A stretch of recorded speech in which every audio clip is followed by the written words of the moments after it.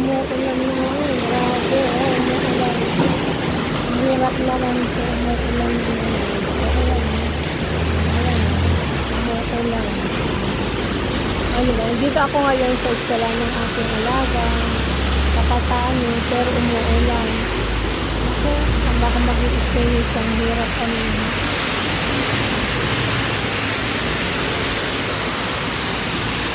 Ayan, umuulan po ngayon. Kung ba ako mag-i-stay, 2 oras pa naman ako maghihintay sa alaga. So, 9, 10, 11. Ay, alam ko napunta ko dun sa Samyo. Kaso nga lang, umuulan naman na guys. So, ayan, lakas ng ulan. Ayan, lakas ng ulan.